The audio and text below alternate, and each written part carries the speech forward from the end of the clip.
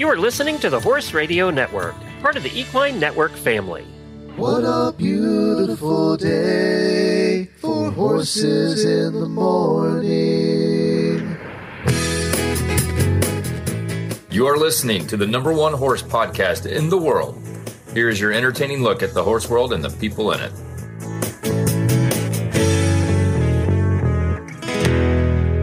Well, good Monday morning, everybody. I am Glenn the Geek in Ocala, Florida. And I'm Jamie Jennings, and I'm back in Norman, Oklahoma. You're listening to Horses in the Morning on the Horse Radio Network. It's Monday, July 22nd, episode 3480, brought to you today by WERM Flooring. Good morning, horse people. You have found Horses in the Morning on a Monday. You're in for an amazing horsey week of laughter, learning, and fun with Glenn and Jamie. We could play that one today because you were back. I am back. Yeah, I just got back from Colorado, and it was an awesome week. I can't wait to tell you about it. Aren't you glad you drove and didn't fly? Because then I'd be having a co-host this morning. Knowing what I know now, yes, I am. Well, Jamie's going to tell us all about her Colorado trip today. And by the way, just a little teaser, I did something to do with horses that I didn't even know existed. Okay, wait for it. Oh, and we're going to talk about you getting wet, of course, because I can't resist. And author MJ Evans is going to tell us about her book called The Sand Pounders. It's the U.S. Coast Guard enlisted horsemen that patrolled the beaches on the east and west coast during World War II. Did you know horses patrolled the beaches looking for attackers during World War II? I did not. I didn't either. So we're going to learn about that. And we have some dire, terrible equestrian first world problems coming up. And in the post show, we're going to talk about Bob Baffert. I don't think you've seen this yet, but I want to read something to you, and I want to get your impression of what happened there. Is it political? Because I'm really loving my life being immersed in politics right now. It's so fun. There's like nothing going on, so I'm excited to have something happen. Yeah, nothing happened over the weekend. It was crazy. I tell you what I did do. So I have been unfollowing a lot of people after this weekend again.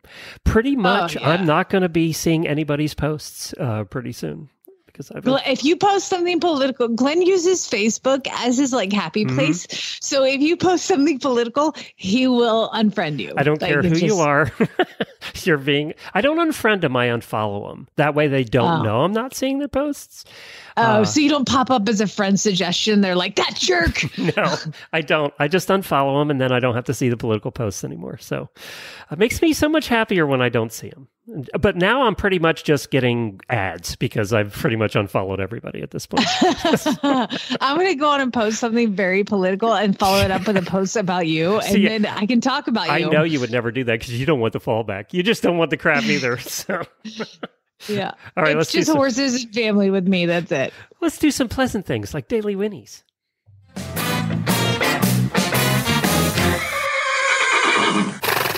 Happy birthday, happy birthday, happy birthday to you. Well, I have one auditor birthday. Leah Horn, happy birthday to you. We hope you enjoy your day. It's rare that I only have one. Well, tomorrow would have been my mom's birthday, so happy birthday, Mama. Oh, well, happy birthday. She hears us. She's listening. It might be the first time she's actually ever listened to the show. I know, right? She's got no choice. That's right.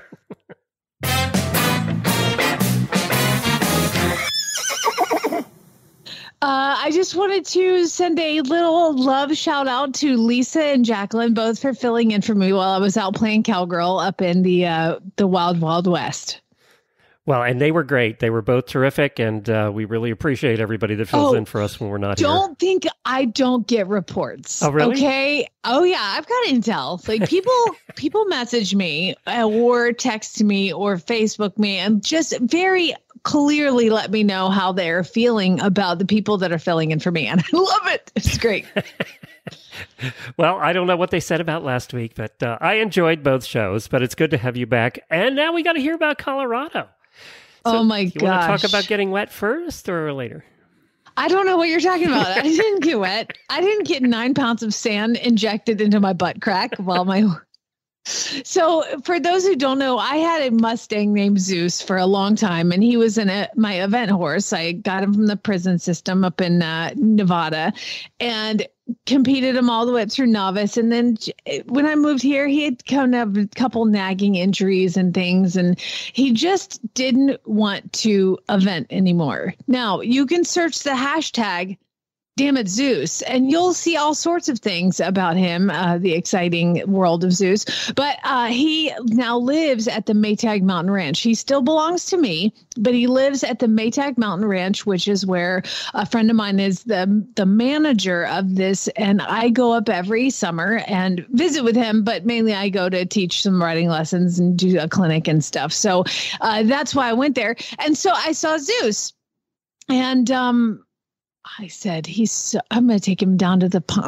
I rode him and stuff. And it's funny. I get there and I do my whistle. We have a whistle and he's in a corral with like 20 other horses, and I whistle and he just pops his head up like, Ma, like he runs to the gate. They're like, you can't catch him. And I was like, okay.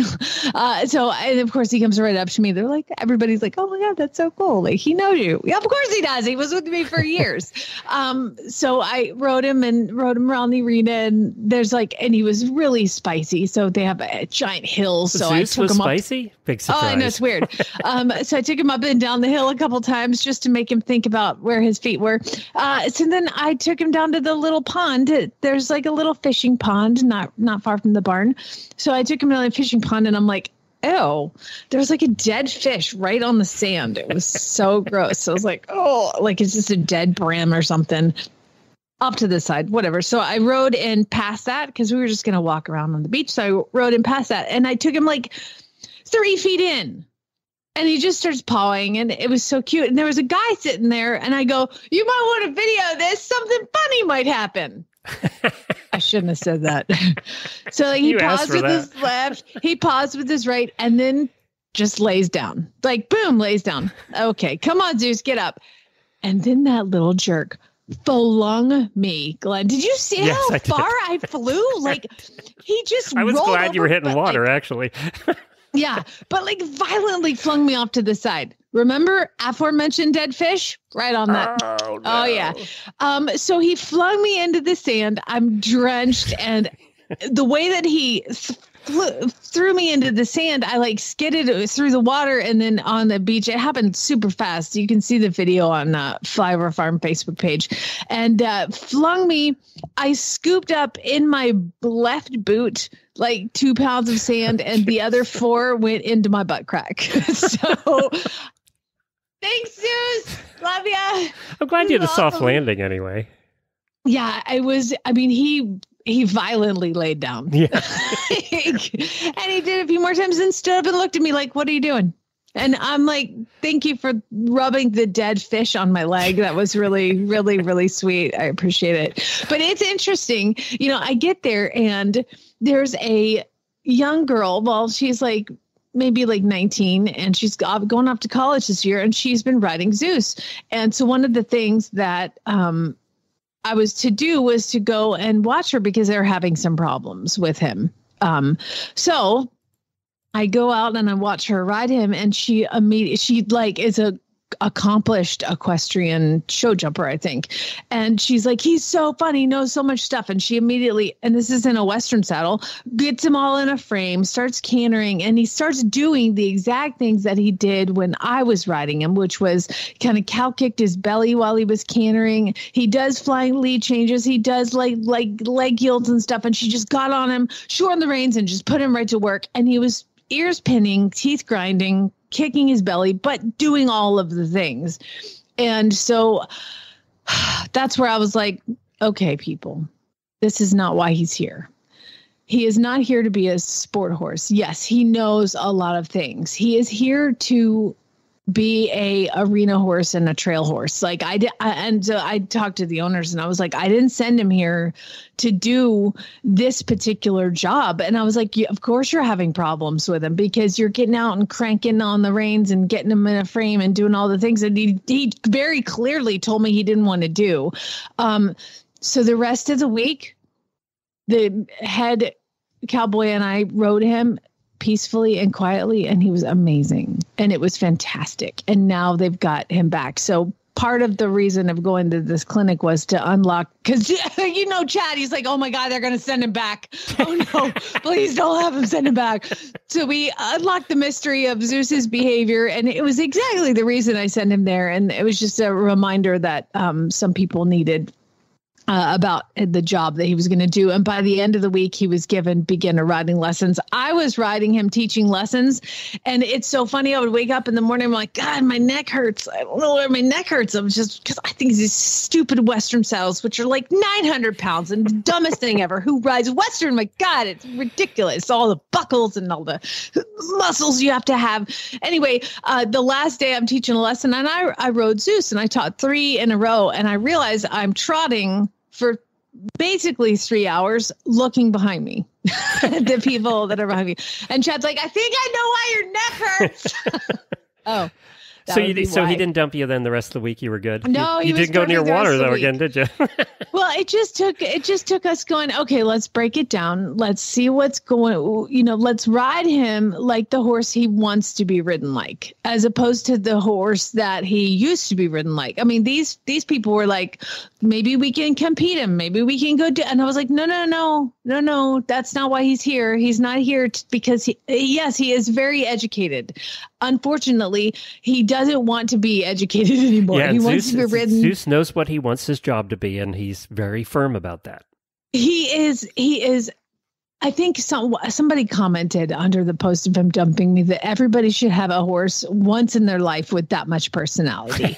And that is why they love him. Which, by the way, if you recall, Zeus was the master escape artist at my house, farm, wherever. It doesn't matter. He will get out of it. And, they've been, oh, no, he's fine. He never escapes. So I don't know what you're talking about, blah, blah, blah. Then I talked to the guy, and he's like, So every morning the horses have to walk down past, like they have this giant chicken coop thing.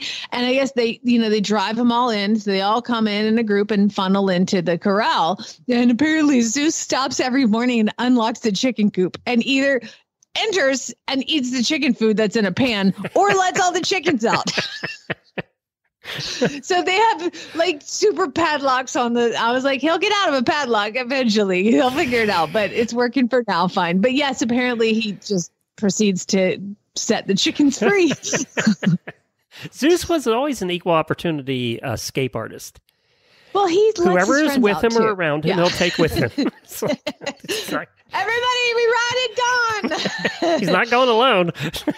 No. So he was doing great. And then if you recall, I had a horse named Billy here, a paint horse for a while. And Billy ended up going to live up there. They came down and selected him to go there. And oh my gosh, he is everybody's favorite horse. So just the number one favorite horse on the farm is Billy. So don't tell Zeus that. But yeah, it was great. And so I got to ride him a couple of times. And it was just a whole week of me on horses and my family, my son and my husband, nowhere to be found. I saw pictures of fishing a lot. They fished. I got a horse trailer and they took motorcycles in it, filled it up so I couldn't put a horse on the way home. So no, they literally fished, rode motorcycles and shotguns. They have a shooting range at this place. And so Chad brought his arsenal of guns that I'd pretend don't exist in this house and went shooting, and they just had an absolute ball. And so Lucas is like, this morning, he's like, yeah, Mom did all the boring stuff and Dad and I got to have all the fun.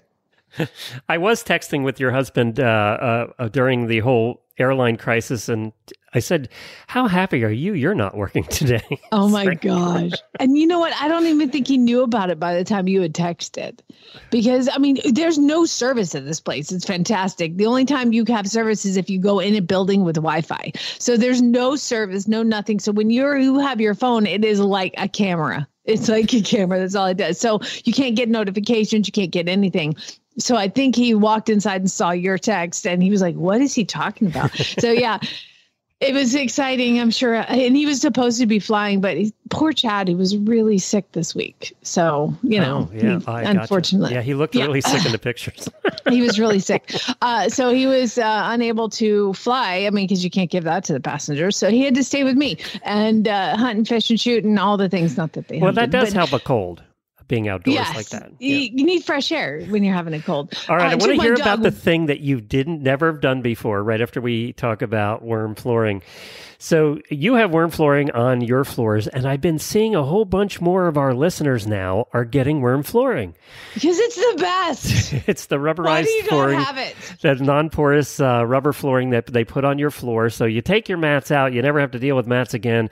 It's kind of makes it one solid piece that you just hose out.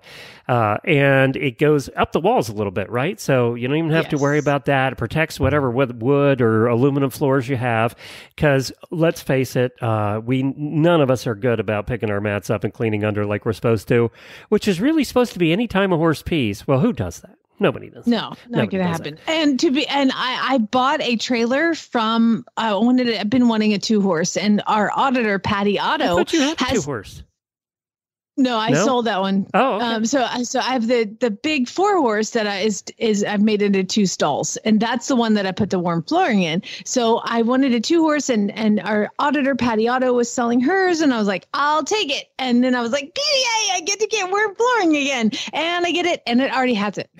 So well, I didn't she's even a listener, so I didn't even get to do it again. It's like a cool color. It's brown. I was like, this is boring. I want the hot pink this time. I was trying to pick ours out. We're finally going to get it done here after this house stuff is over, after I pay for the well. And we were arguing over color because I want some obnoxious color and she wants brown. So she apparently liked Patty. I have the brown, and then I went with the green. I love it. I went with like bright green on my 4-horse. So yeah, anyway, it's cool. You can pick. Right. You should get it done in your trailer at home. You can find a dealer near you. Just go to wormflooring.com and search for dealers near you. Stands for We Eliminate Rubber Mats, not ground worms, like WERM flooring.com. So what'd you do that you'd never done before? That's a short list. This is so cool. I did not know that this was even a thing. You know what a rodeo is, right? And some people might listen to this and be like, you're an idiot, but I haven't been immersed in this lifestyle ever. You're the only one listening to this show that had not been to a rodeo till you were 40-some. Not a rodeo. This was not a rodeo, Glenn. It was a ranch rodeo. Okay.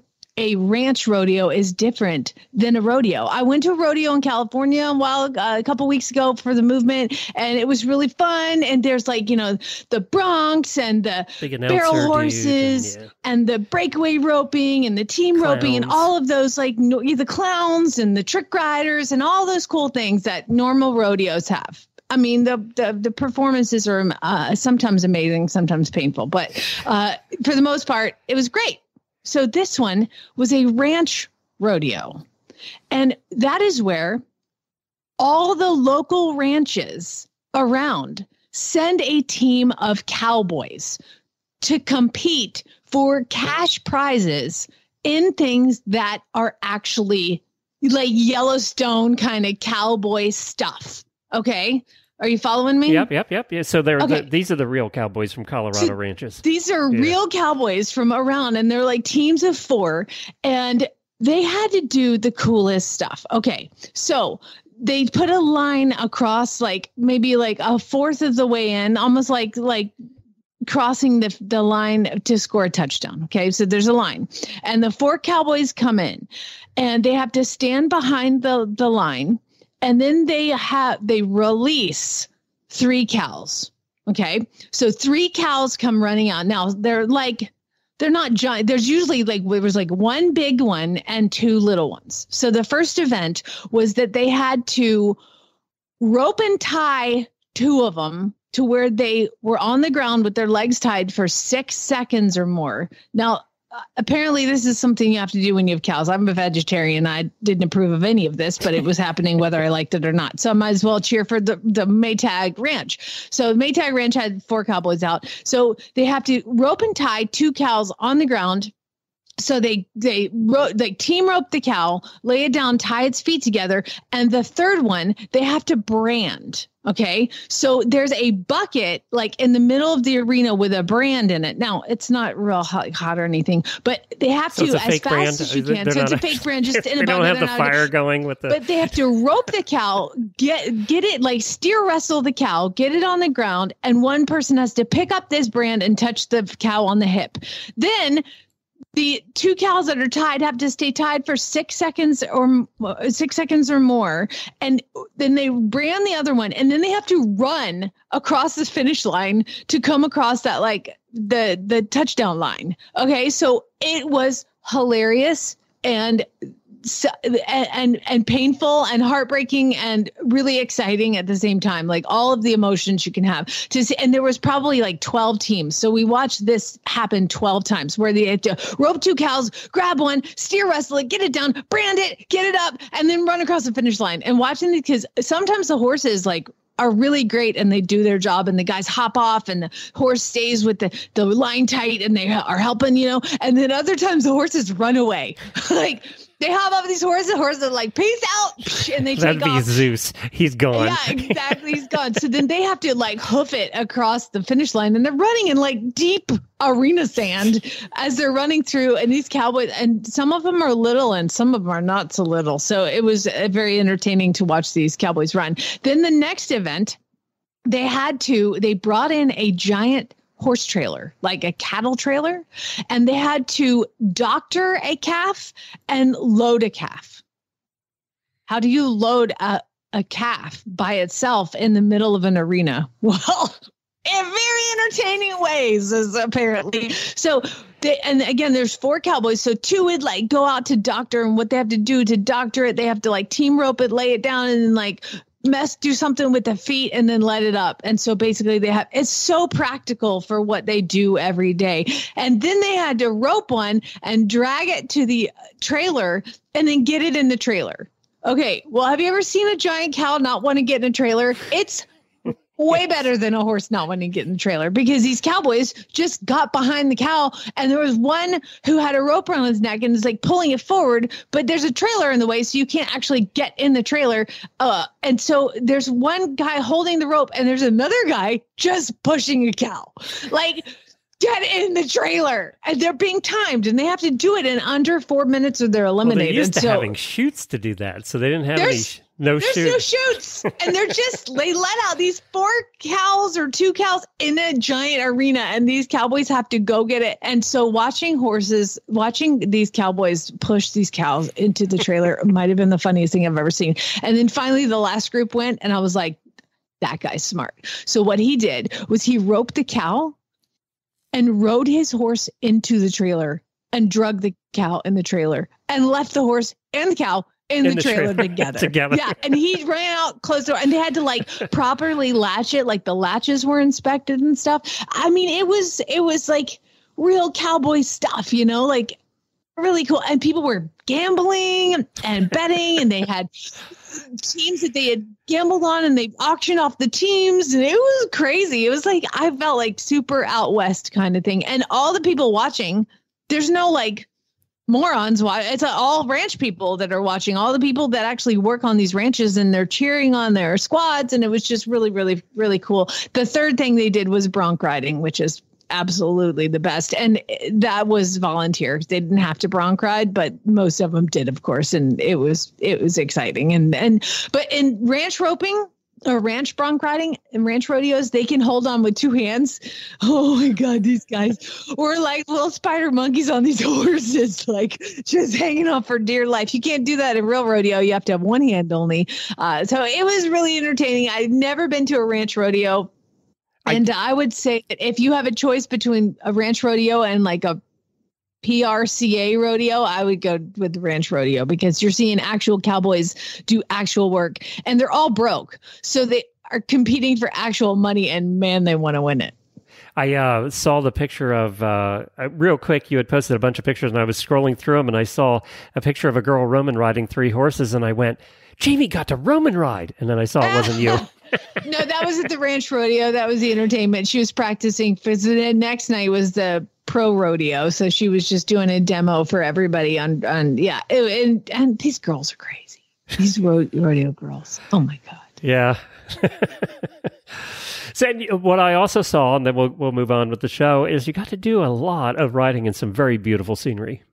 Oh, yeah. Well, that place is so huge. It's 3,000 acres. And I don't know if anybody can really wrap your brain around that. So my cabin was on one part of the farm, not the edge of the farm, kind of near the middle of the farm. And the barn is kind of on the other near middle side of the farm. And I had to drive from my cabin to the barn every morning, and I clocked it at 1.1 miles to get from inside the ranch to inside the ranch. A little longer than going from your house to the barn. Yeah. I was like, this is insane. That means a mile drive just to get to the barn. And we're not even outside the ranch. I mean, it's all in there. So it's an amazing place. And the Maytag Mountain Ranch is not open. Like, it's not like public ranch. Basically, I think there's 28, so 3,000 acres, 30 home sites, and you buy 100 acres and you build a ranch. But there's like this, I call it grown-up summer camp. So it's like there's all these fishing ponds and horses to ride and basically rich people playground. You don't get your 100 acres. It's just part of the ranch. You have your house, and it's very remote. Every house site, you can't see another house really from any house site. And so they buy the house and they live on a ranch, but they have access to horses. There's lunch rides. There's pack trips. I mean, it's a full dude ranch living, but none of these people live there all the time. This is it's their a different kind of country club. Yes, it is a real country club. That's country. Golf club is not country. I assume they have a golf course too, though. Probably. No, there's no golf course. Really? It's a cowboy world. It is shooting, fishing. I think they do elk hunts and they do. But again, it's not open to the public. It's just for the owners. So they bring me in once a year, and all the owners come in and get riding lessons and horse lessons. And like TJ says, he's like, she's not a horse trainer when she comes here. She's a people trainer. So I just spend time with people talking horses. I rode for hours a day up into the mountains, and we did lunch rides, and it was just really, really fun. I was just watching Zeus throw you off again. I can't get enough of you that. just can't stop watching it. You have 9 million views. They're like 8 million for you. Hey, before we get to our first guest, I wanted to mention that I signed up for Peacock officially now. Oh, good. I don't know if you have it yet, but I have always had it. Okay, yeah, we haven't had Peacock yet. So I signed up. I went through. It's very easy to find the sports you want to find. I will say that they've improved the I was on the browser, so I wasn't in their app. But on the browser, it was very easy. On the computer, very easy to find horses and to find all the schedule and everything. And of course, it starts this week. Opening ceremony is July 26th. On Saturday, the 27th at 3:30 a.m. Eastern Time, which I think is, 2:30 or 1:30 your time. They start the dressage eventing, and then at 8 Eastern Time is the second round of dressage. Same thing, cross-country days, what day everybody cares about. That Sunday starts at 4:30 and 5 a.m. Now, I will say that they will have it on demand, but the thing we haven't been able to find, and I asked Sally about this because she's been trying to get an answer too, is we don't know how soon the on-demand is going to be available. That's the only... Last Olympics I had Peacock, and it was pretty much, it was pretty quick. Yeah. I mean, I don't know if it was immediate, but an hour later kind of thing. Like, I remember it rolled over through the night, and I would turn on Peacock and click on the ones I wanted to watch. Now, you're talking about eventing dressage, but watch the proper dressage. Oh my God, I was blown away by the Olympic dressage from people all over the world. It was just incredible. So that's another fun one to watch. Yeah. So cross country is Sunday. You probably don't have to get up at 2:30 in the morning to catch it. You can watch a replay. Just don't go on social media. Just avoid social media until you watch it. Don't pick up your phone. So that was cool. And there are some weird ass Olympic sports that I didn't even know existed. I was looking through there. It's just some weird stuff. I think there's breakdancing this time. Yes, there is. That's one of the, what do they call it? It's not a real one, but a test one or whatever. It's one of I will tell you, podcast alert. This is pretty cool. So there's a podcast called Family Trips with the Myers brothers. And do you know who Seth Meyers is? He was on SNL and now he's got a late night show. So he does a podcast with his brother, and they talk about family vacations. Well, I guess Seth Meyers' brother, who's also on the show, obviously, is marrying an eventer.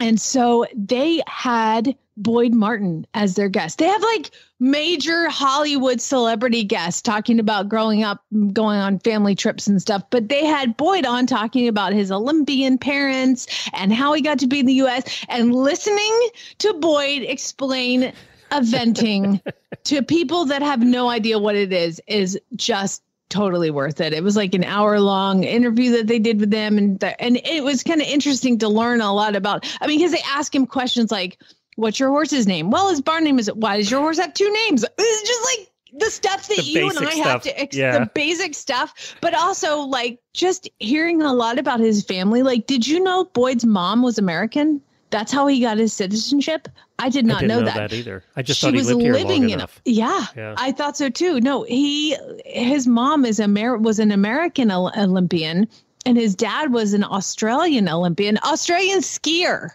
Like, I didn't know that either. They don't have that. I know, it was so interesting. I gotta listen to this. Definitely. Yeah, it's called Family Trips with the Myers brothers. I got to catch that. That'd be fun. It was really good. It was really just interesting to hear. And I'm like, I have my earbuds in and I'm dragging my arena and I'm listening to Boyd explain dressage as basically the figure skating portion of the. I was like, yes, that's what I'd say. That's what we all have to say. It's like ballroom dancing portion. Yeah. It's like ballet, I guess. But to hear him have to say it was cool, but he also mentioned Monty Roberts in it, which was pretty cool. Oh, really? Yeah. I was like, oh, I guess I don't want to spoil it. You can just go listen to the episode. I got to listen to it. All right. It's quick, but it's cool. So there's more talk than ever about the importance of probiotics in equine health. Not all probiotics are created equal. New Purina Systemic supplement remains live and active after the pelleting process and throughout the digestive system, making it all the way to the hind gut. Systemic was designed to support normal recovery after exercise and occasional gastrointestinal stress. Whether you're using a probiotic now or not, it's time to use a live and active supplement from a name you can trust, the new Purina Systemic Probiotic. You can find it at any retailer today. Well, our guest today is an author, and she has written 23 books, with the 24th book being released on September 17th. Obviously, she doesn't have anything to do. She writes books for teens and adults, with a few picture books thrown in for fun. But what I liked, and the reason I wanted to have her on, her name is MJ Evans, and I wanted to have her on because a lot of her books are written on, they're kind of historical fiction novels, but she does a lot of research around the history that she writes her novels around, and it's not stuff that you normally hear about. So, MJ, thanks for joining us. Oh, it's my pleasure. Fun to be with you. So I do look for something different when we have authors on. And when you wrote to me and talked about this historical fiction, where did the idea of researching actual historical stuff that's not real well known and then writing a novel around it, where did that come from? Well, I have several readers who will send me book ideas, and many of them are related to little-known historical events. So I will start researching and see if I get inspired to write a story about it, such as the Sand Pounder, which is about the horses who were used by the U.S. Coast Guard during World War II. Nobody's even heard of the Sand Pounder. I'd never heard of that, and I'm a history buff. I know it. Even people who are in the Coast Guard haven't heard of them. But for 2 years during World War II, the U.S. Coast Guard had a mounted beach patrol. Someone sent me an old photograph of a sand pounder galloping along the beach with a rifle attached to his back, and I was really interested in that. And so I started researching the sand pounders, and I was able to track down and receive a copy of the report, the confidential report that had been filed after the war and then was kept confidential for 50 years. And I was able to get a copy of that now that it had been released and read all about what they did on the East Coast, West Coast, and in Texas. So this particular idea, and many of my historical fiction books come from my readers who send me ideas. That's a fascinating thing. So that was obviously well before cell phones. So I assume they were to ride somewhere and call somebody and give an alert when they would see a Japanese sub off the coast. That's exactly right. The Coast Guard's job was not to engage the enemy. And on the West Coast, it would be Japanese submarines. And on the East Coast, it would be Nazi submarines that they would be watching out for. And in fact, there was a reason to do this. Oregon, and that's where I set the book, the Oregon coast was the only place in the continental U.S. that was actually shelled by a Japanese submarine. And on the East Coast, they had Nazi spies swim ashore on both Long Island and in Florida. Huh. So there was a reason to decide they needed to start protecting our shores as well.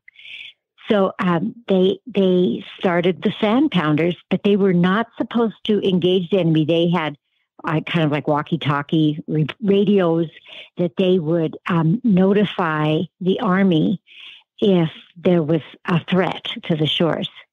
Yeah, one guy with a rifle and a whole squad or a submarine coming in, I think I wouldn't be engaging either, I think. That's right. And it was not their job to engage. Their job was to be on the lookout. And were these military people or were they average people that just they... Well, initially, the Coast Guard put out a call to people who would like to be sand pounders. And jockeys and horse show jumpers and cowboys and horse trainers from all over the country signed up to become a sand pounder. Now, some of these sand pounders were already in the Coast Guard or in a division of the Army, but most of them were just horsemen from around the country who answered the call to serve their country by protecting the shores. And they had... the Coast Guard initially wanted people to bring their own horses. That didn't work out very well. Very few people were willing to bring their own horse. And now in my story, my fictional account, I have a young woman who wants to be a sand pounder, but they're only taking men. And in my story, she does show up disguised as a man with her own horse. But very few people came with their own horses. They used the Army's horses. The Army was still breeding horses at that time. And so they used the Army horses. That's fascinating. And of course, this book, if you want to read it, it's called The Sand Pounder. What other historical things have you covered in your books? Well, that's a World War II time period, obviously, right. set in the U.S., and I set it on the West Coast in Oregon. I also did another World War II story, which is set in Czechoslovakia, and it's about the famous Arabian stallion Vitez II, and many of your listeners that are into Arabians would know that name. Vitez II was a Polish Arabian who was stolen by the Nazis out of Poland at the beginning of the war.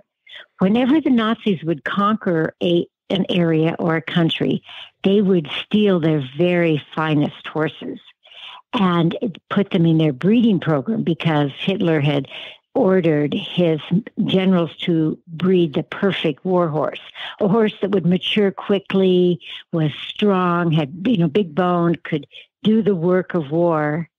And they were going through, at that time, being very dependent on horses still at the beginning of the war. They were going through 6,000 horses a month.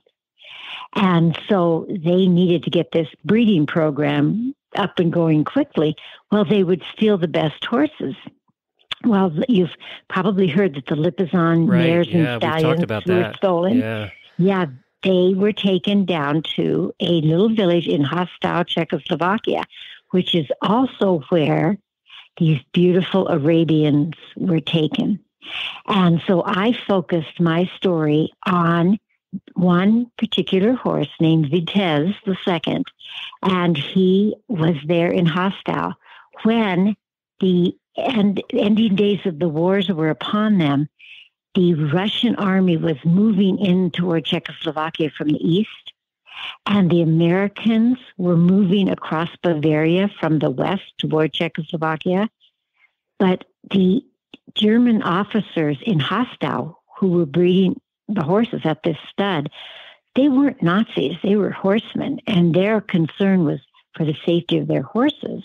And they knew if the Russians got there first, they would eat their horses. So they snuck over the border and found the Americans and begged them to come rescue the horses. And that was called Operation Cowboy. Well, I took Vitesse's experience through all of that and getting shipped to the U.S. He was one of the horses that was brought to the U.S. and became a dominant breeding stallion for the U.S. Arabian Association. But I combined all the life of Vitesse with a fictional character. Remember, this is historical fiction. So I take a true event and then put in a fictional element. And in this case, the element is a boy in the village who becomes his groom and then travels with him for the rest of his life. But the boy, named Theodore, is autistic at a time when no one knew anything about autism. But I have seen how healing horses are to people with autism. And so I included that in the story. And then another historical fiction that I had fun writing is the story of Pinto. The longest horseback ride in history is still held by a horse named Pinto. He was a Morab. And from 1912 to 1915, 4 men from Washington State rode to every state capital in the Union seeking fame and fortune, expecting fame and fortune, when they ended up at the San Francisco World's Fair in 1915. Having made it, they went to every one of the 48 state capitals. However, no one cared. But they that sounds about right. I know, it's about right. Yeah. Because remember, timing is everything. Yeah. And that, World War I is starting and the cars coming out at that time. I mean, nobody cared about these men riding around the country.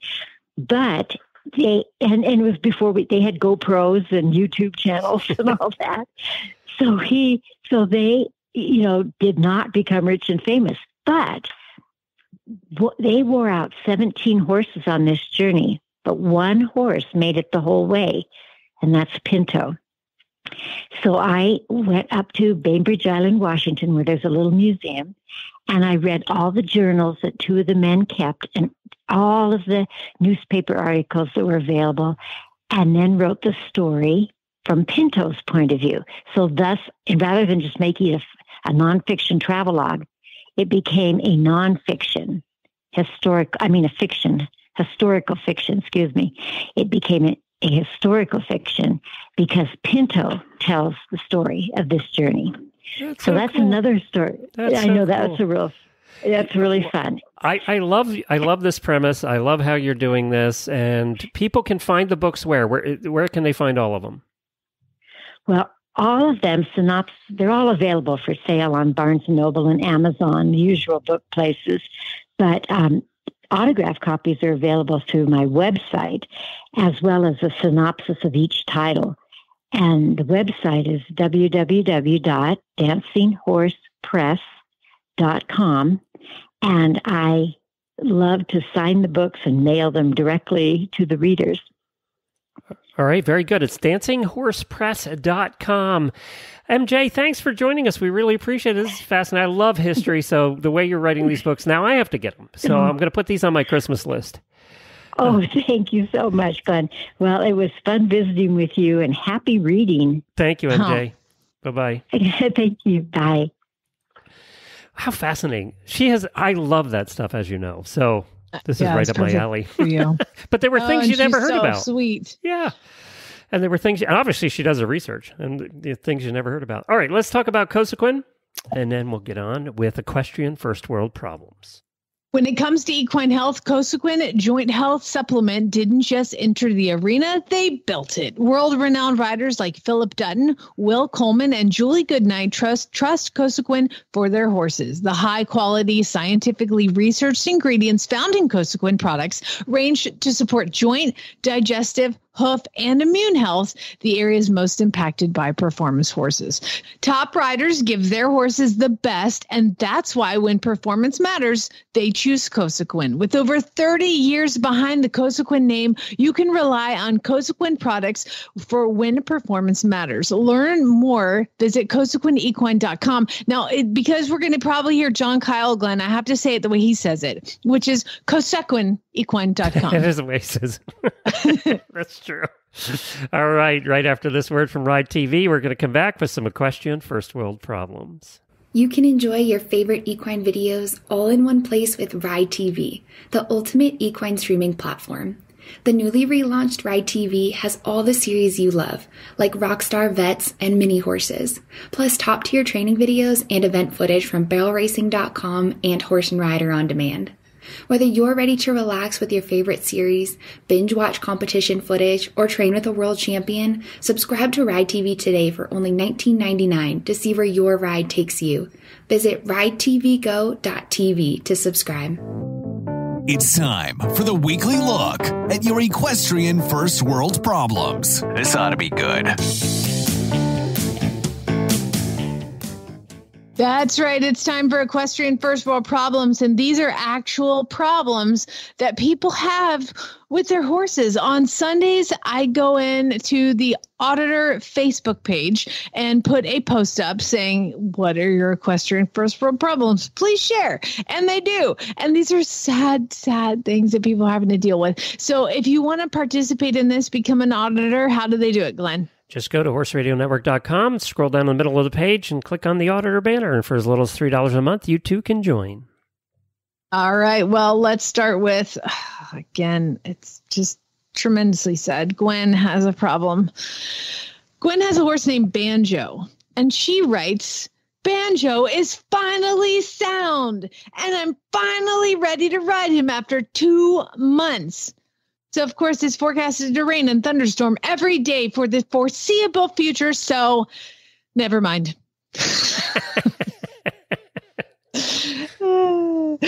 Jillian says, I spent all weekend watching other people ride at Tevis, and I only had time to ride one of my own horses.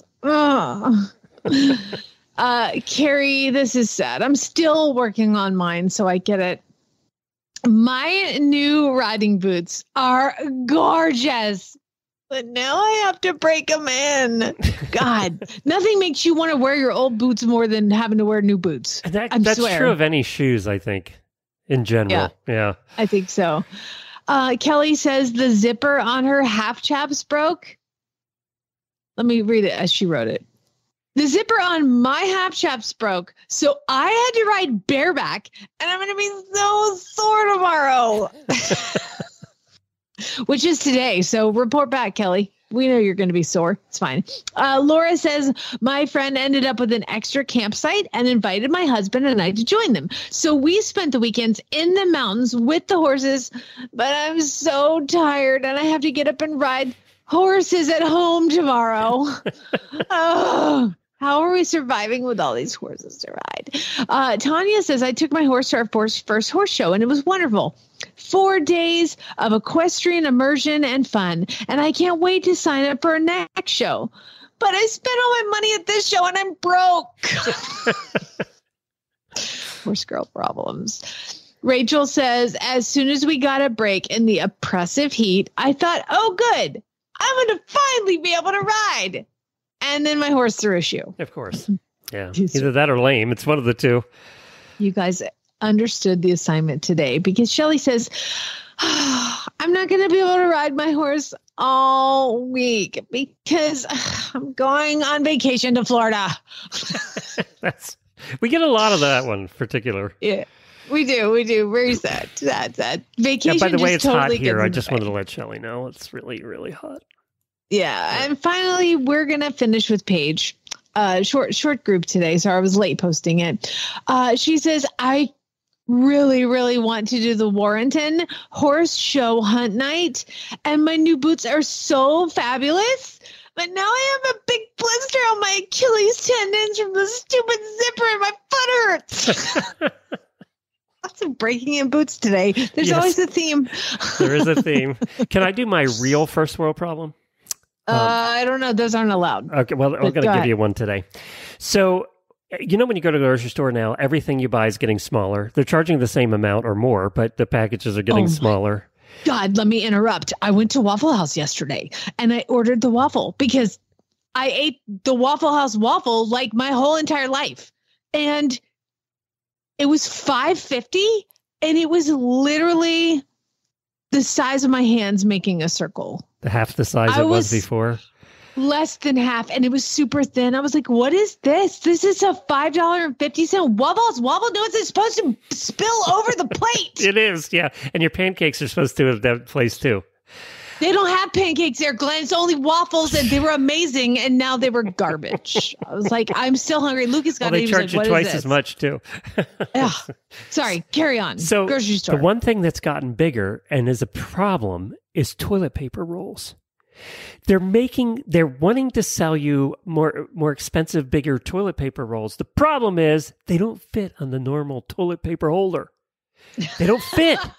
I went to put the roll on today, and it didn't fit because they're making the rolls bigger, not thinking about the fact that everybody has the same size toilet paper holder for the last 100 years. Oh, my God. How are you able to survive? I'm just saying, the worst it's thing soon I've ever time heard. for a bidet, and I just said that out loud so that everybody would get bidet commercials now for the next week. Alexa, show me bidets for sale. Oh, yeah. Now you're all going to get them. I love doing that.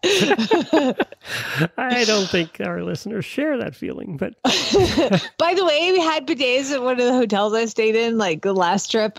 Ooh, I don't think I like that. Did it have some energy? Some enthusiasm? Okay. No, I'm good. Thank you. So, I think that's an acquired thing, isn't it? You have to get used to that. Yeah. They sell bidet attachments at Costco. And I was like, oh, no. Chad's like, what do you think? I'm like, keep it away. Thank you. I'm good. I don't need a laser beam. You know there's going to be a whole conversation hoo-ha. on bidets now in the auditor room. That's all we're going to see for a week. I don't really need to see that. Like, I'm okay. I don't need to remember the feel of just a complete shot up the hoo-ha of water. I'm good. I want to see who the first one. I'm guaranteeing you and I are now getting bidet ads on Facebook within 5 minutes. Okay, let me log on. My Alexa's not up here, so I didn't tell Siri, show me bidets for sale. So I guarantee you we're getting bidet ads within 5 minutes. I give it 5 minutes. Oh, they sent me homes for sale in the Bay Area, so we're good. Hang on, auditors. We're going to do a post show for you today. I got to talk a little bit about Bob Baffert. I got to read something to Jamie that she hasn't read before. I'm sure she's going to have a reaction to it coming right up. But he's such a great guy. I'm sure it's fine. Oh, yeah. We'll find out. All right, everybody. Spade, neuter, and geld. We haven't had that for a week. I know. And my dog went into heat. She's getting spayed ASAP.